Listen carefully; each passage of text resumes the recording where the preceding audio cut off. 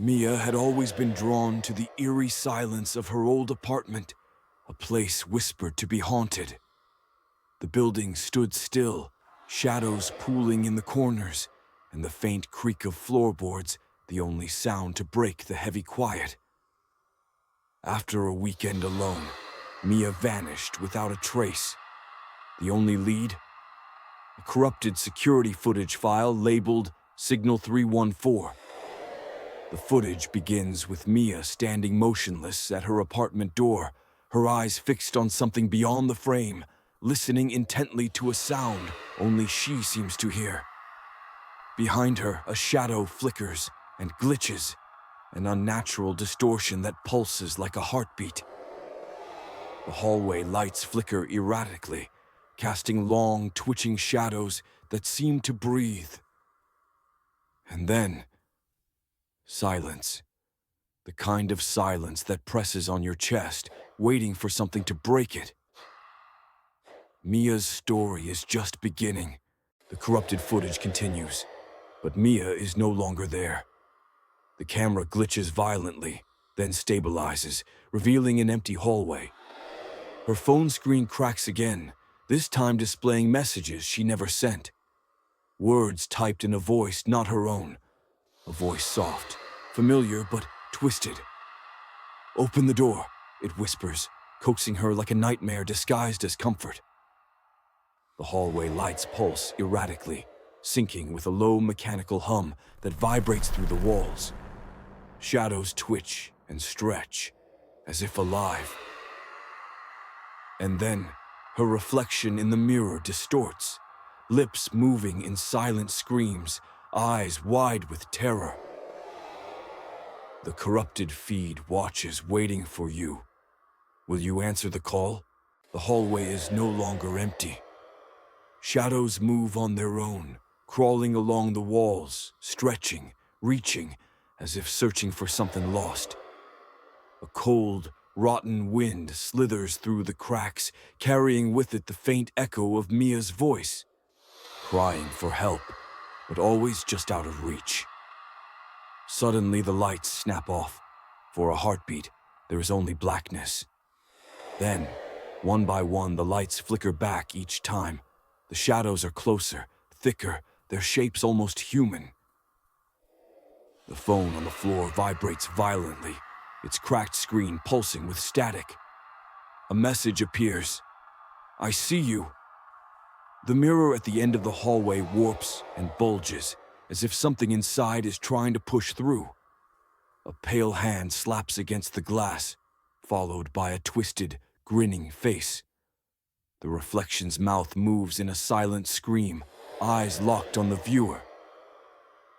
The corrupted feed glitches, distorting reality itself. Suddenly, the shadows lunge, and the screen is swallowed by darkness and static. The footage fractures. Shadows twist and merge, pooling into a monstrous shape that crawls from the darkness. The lights flicker violently, plunging the hallway into strobing chaos. Doors slam shut, one after another, echoing like gunshots. Mia's phone erupts with a piercing, unnatural tone.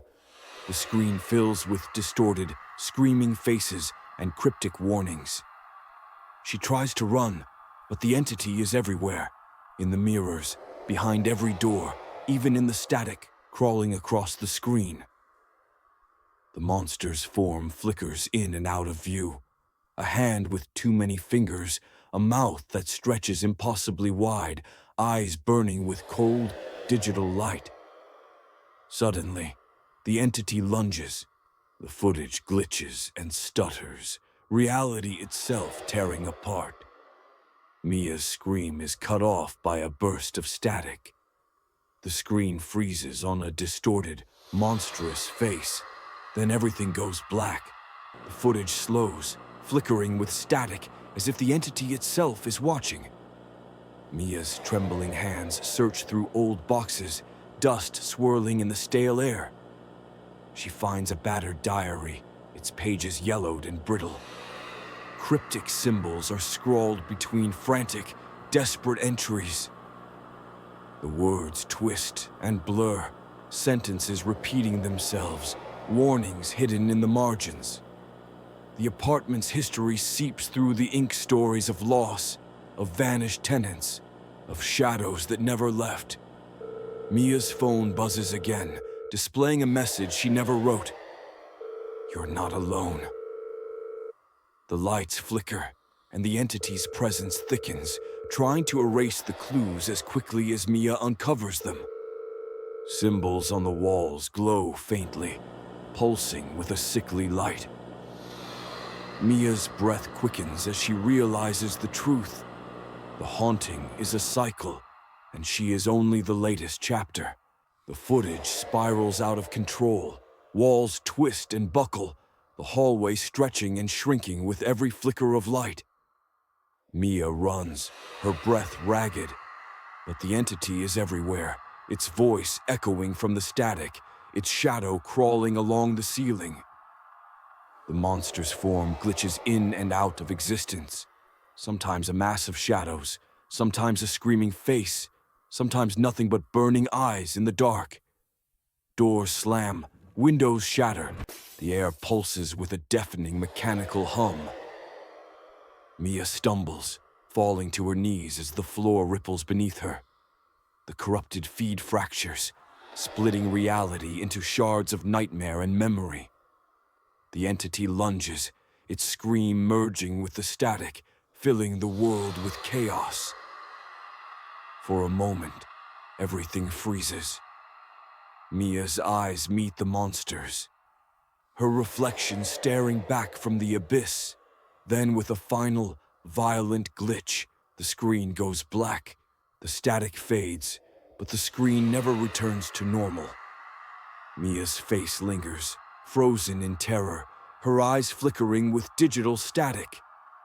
Behind her, the hallway stretches into endless shadow. Her belongings remain untouched. A coat on the hook, a mug half full, a phone screen cracked and silent.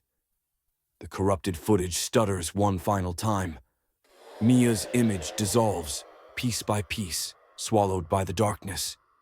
In the emptiness, a new phone number pulses, warped, unreadable, flickering with cold, sickly light.